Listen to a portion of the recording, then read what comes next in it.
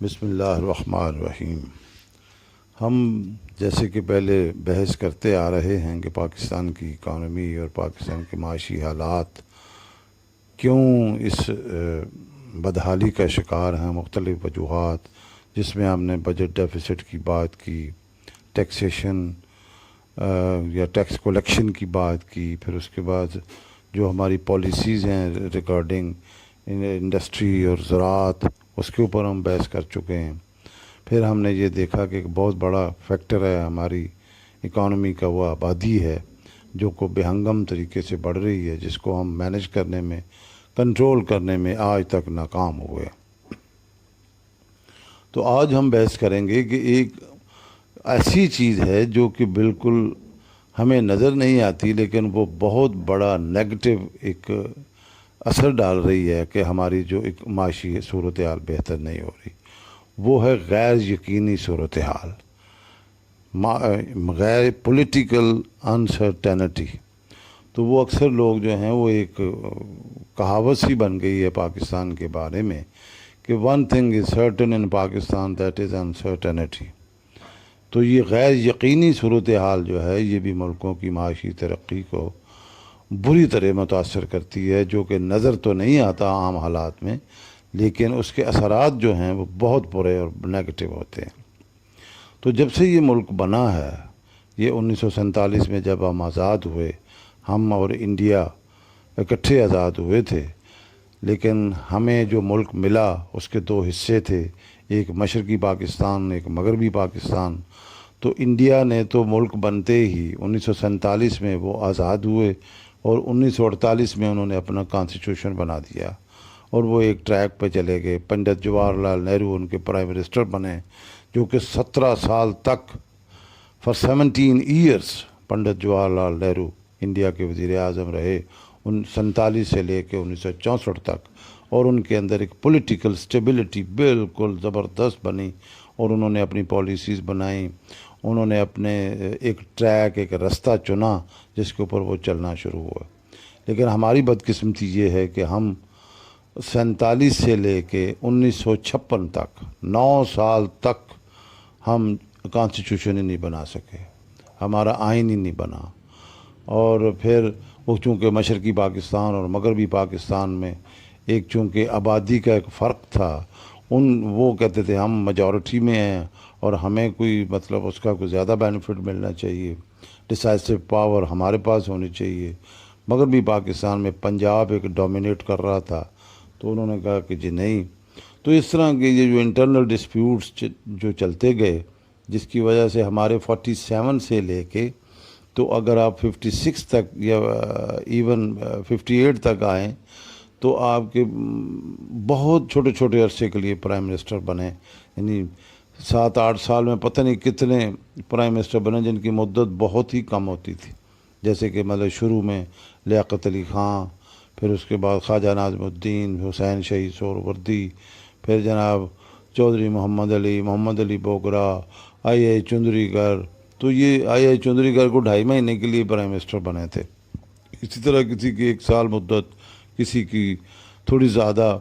پھر ملک فیروز خان بنے اینڈ میں جا کے، سکندر مرزا نے صدر بن گئے، پھر صدارتی نظام آ گیا۔ 56 میں جب آئین بنا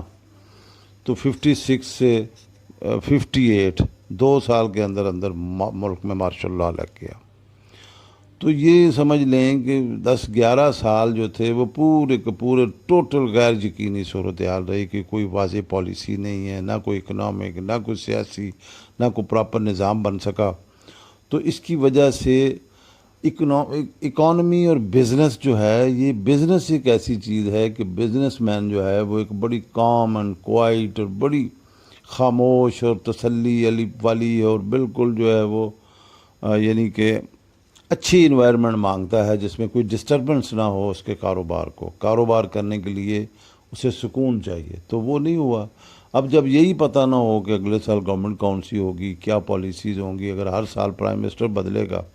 تو وہ ہر پرائم منسٹر آ کے اپنی پالیسی دے گا، تو کنسسٹنٹ پالیسیز جب نہیں ہوں گی تو کوئی بھی انویسٹر جو ہے وہ انویسٹ نہیں کرے گا۔ پھر انفارچونیٹلی آپ کا 58 میں مارشل لا آ جاتا ہے، ایوب خان صاحب نے ٹیک اوور کر لیا، چیف مارشل لا ایڈمنسٹریٹر بنے، تو وہ پھر 10 سال کے لیے 1969 تک ایوب خان صاحب رہے۔ انہوں نے وہ ایک لمبا عرصہ ہوا، تھوڑا سا انہوں نے وہ اکنامک پالیسیز وغیرہ دیں اور وہ کنسسٹنٹ بھی رہیں 10-11 سال کے لیے، اور اس میں کچھ تھوڑی سی آپ کی شرح نمو یا جی ڈی پی گروتھ جو ہے وہ کافی بہتر بھی رہی ان سالوں میں۔ لیکن چونکہ ملٹری گورنمنٹ تھی، اور ملٹری گورنمنٹ کی لیجٹمیسی کا جو مسئلہ ہوتا ہے وہ دنیا میں، وہ ایشوز اپنی جگہ، امریکن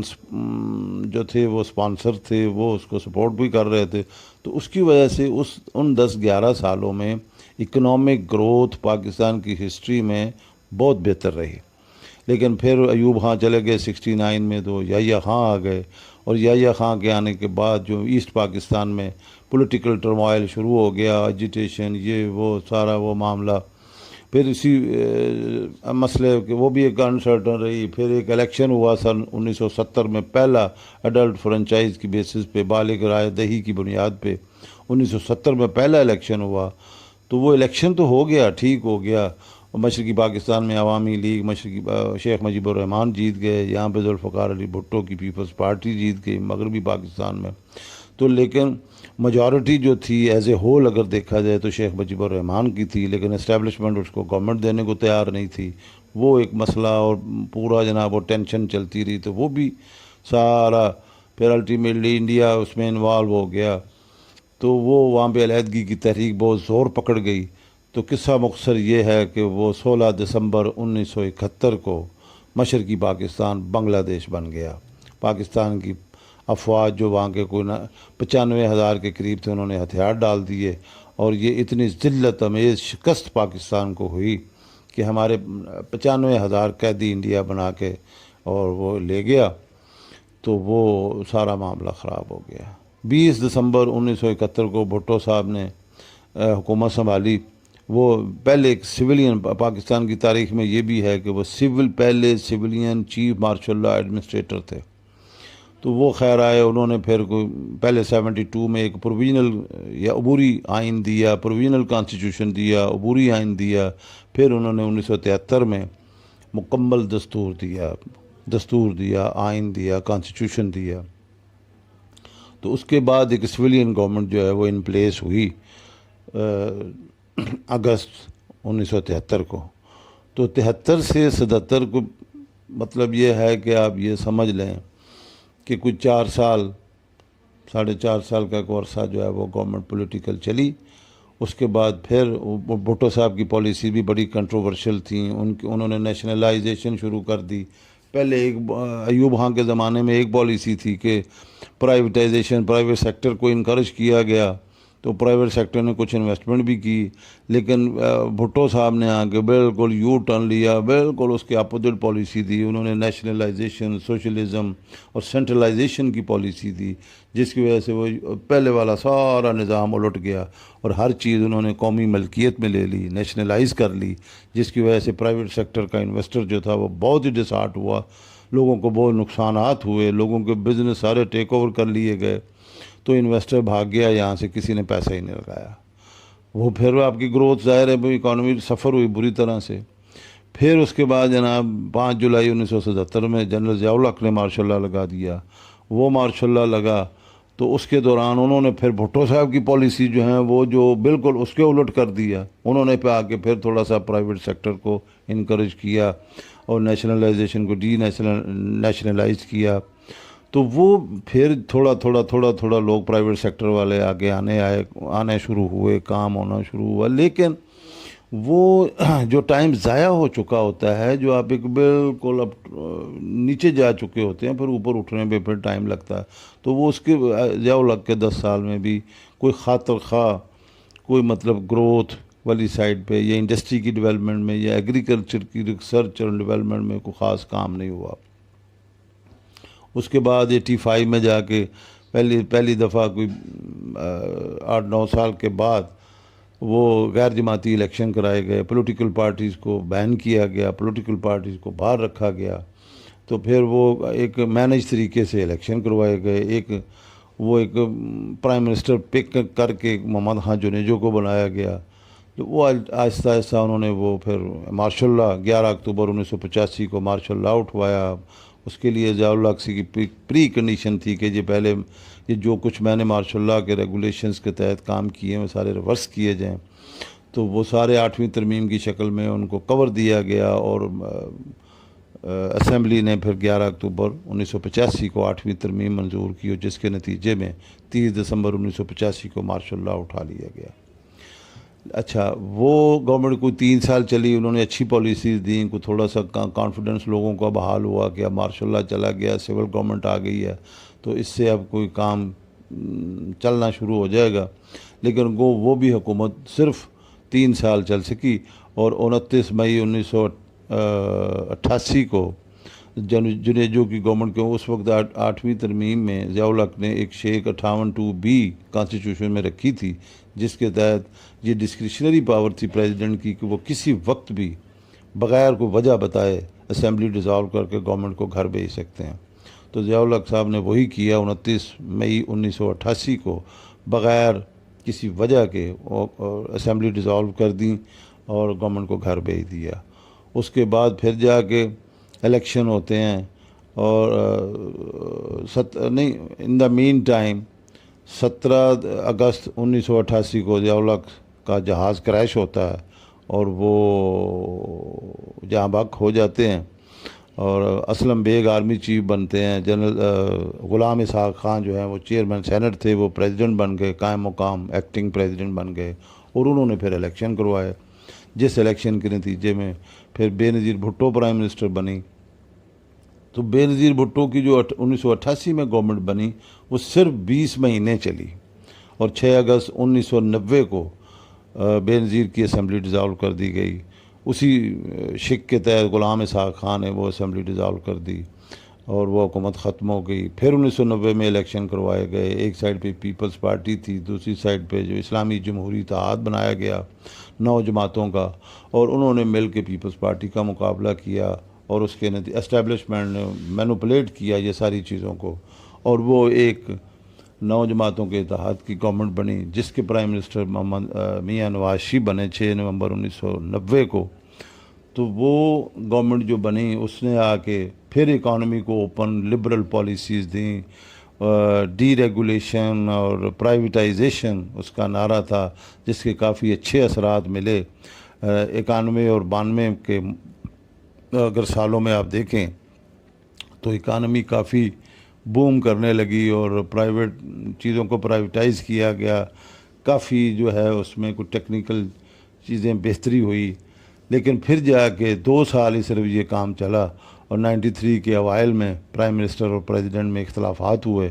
اور پھر جا کے پریزیڈنٹ نے 18 اپریل 1993 کو اسمبلی ڈیزالو کر دی, حکومت ختم ہو گئی.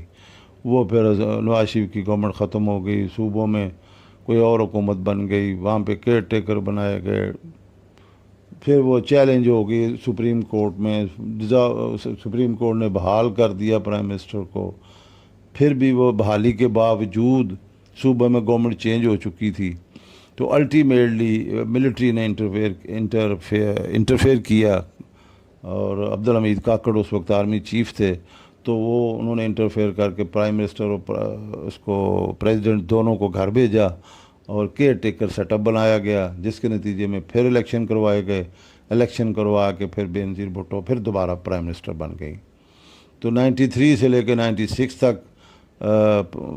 بے نظیر بھٹو پرائم منسٹر رہیں. تو پھر نومبر 96 میں اس وقت فاروق احمد لغاری پریزیڈنٹ تھے تو فاروق احمد لغاری نے وہ اسمبلی ڈیزالو کر دی بے نظیر بھٹو کی اسی اختیار کے تحت. تو پھر دوبارہ الیکشن ہوئے 97 فیبروری میں تو پھر دوبارہ میاں نواز شریف پرائم منسٹر بن گئے ود 2/3 میجورٹی. تو جب ان کو میجورٹی ملی تو انہوں نے جناب وہ اس کی 8 جو ترمیم تھی اس میں جو 13ویں اور 14ویں ترمیم کی جس کے اگینسٹ انہوں نے فلور کراسنگ اور وہ سارا جو پریزیڈنٹ کا اختیار تھا اسمبلی ڈیزالو کرنے کا وہ ختم کر دیا. تو اس کے نتیجے میں یہ سمجھنے لگے کہ اب بڑی سٹیبل گورنمنٹ ہے, میرے پاس واضح میجورٹی بھی ہے, سارا کچھ ہے, تو وہ پہلے ان کے ساتھ، ان کے چیف جسٹس کے ساتھ اختلافات ہوئے، سجاد علی شاہ کے ساتھ، وہ بڑا ایک جوڈیشل ہسٹری میں سپریم کورٹ پہ حملہ بھی ہوا. خیر وہ الٹیمیٹلی جوڈیشل انٹرنل ان کے کرنے کے بعد سجاد علی شاہ کی چھٹی ہوئی. پھر اس کے بعد پریزیڈنٹ کے ساتھ اختلافات ہو گئے. پھر پریزیڈنٹ فاروق لغاری کو ریزائن کرنا پڑا، وہ چھوڑ کے چلے گئے. اور اس کے بعد پھر ایک سٹیٹمنٹ، اس وقت آرمی چیف تھے جنرل جہانگیر کرامت، تو انہوں نے ایک سیکورٹی، نیشنل سیکورٹی کونسل کے متعلق ایک سٹیٹمنٹ دی، جس کا نوٹس لیا پرائم منسٹر نے، اور پرائم منسٹر نے ان کو پرائم منسٹر ہاؤس میں بلا کے ان سے ریزائن لے لیا. تو وہ چلے گئے، جس کے نتیجے میں پرویز مشرف کو آرمی چیف بنایا گیا 1998 میں. لیکن یہ ہے کہ آرمی کے اندر وہ ایک بڑی ریزنٹمنٹ شروع ہوئی کہ جی آرمی چیف ہمارا انہوں نے ایسے کھڑے کھڑے فارغ کر دیا. تو انہوں نے ایک فیصلہ کیا انٹرنلی کہ اب اگر انہوں نے کوئی ایسا کام کیا تو ہم ٹیک اوور کر لیں گے. اور وہی ہوا کہ 99 میں 12 اکتوبر 99 میں نواز شریف صاحب نے مشرف کو ڈسمس کیا،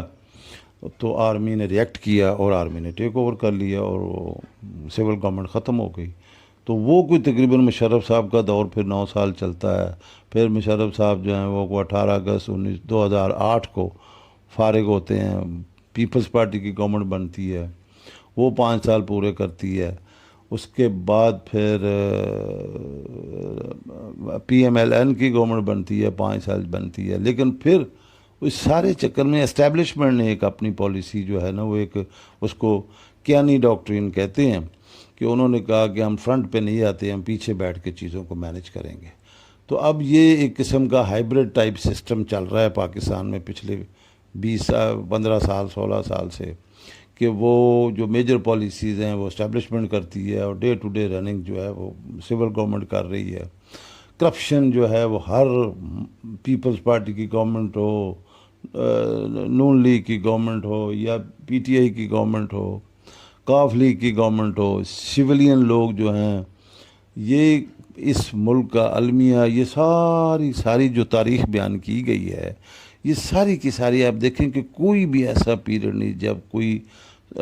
بالکل سٹیبلٹی آ گئی ہو، جو یقینی صورتحال ہو گئی ہو پورے ملک میں، جس کی وجہ سے انویسٹر اٹریکٹ ہو. پھر دوسری بات، سب سے جو مسئلہ ہوا پرویز مشرف صاحب کے دور میں، وہ 9/11 ہوا، وہ 11 ستمبر 2001 کو جو ٹوئن ٹاورز میں نیو یارک میں حملہ ہوا، اور افغانستان میں ایک نیا بن گیا مسئلہ اسامہ بن لادن، اور امریکہ نے آ کے انٹرفیئر کیا، ایک جنگ شروع ہو گئی. تو 20 سال سے وہ جنگ جاری تھی. 20 سال کے بعد اب امریکہ وہاں سے نکلا ہے. تو ان 20 سالوں میں یہاں پہ دھماکے اور کیجویلٹیز اور لڑائی، اور آپ کے جتنے بھی آپ کے شمالی علاقے، اپنا قبائلی علاقے ہیں، وہاں پہ فوج چلی گئی، لڑائی مار کٹائی، اور اتنی مطلب بم دھماکے، اتنی زیادہ سیکیورٹی کی سچویشن خراب ہو گئی. تو یہ سارا ہسٹوریکل پس منظر بتانے کا مقصد یہ ہے کہ یہ ساری کی ساری تھرو آؤٹ اگر آپ دیکھیں، جو میں نے جو مختصر سا جائزہ پیش کیا ہے، کہ کوئی ایسا پیریڈ بیچ میں نہیں آتا کہ جس میں کوئی سکون ہو، کوئی پولیٹیکل، کوئی لیجٹیمیٹ گورنمنٹ بنی ہو جو ڈیلیور کر رہی ہو، جس کی روٹس تو ہوں پبلک میں، اور اس کو کام کرنے کا بھی موقع صحیح ملے، اور وہ کام کریں، اور آنیسٹلی وہ کام کریں، ڈیلیور کریں،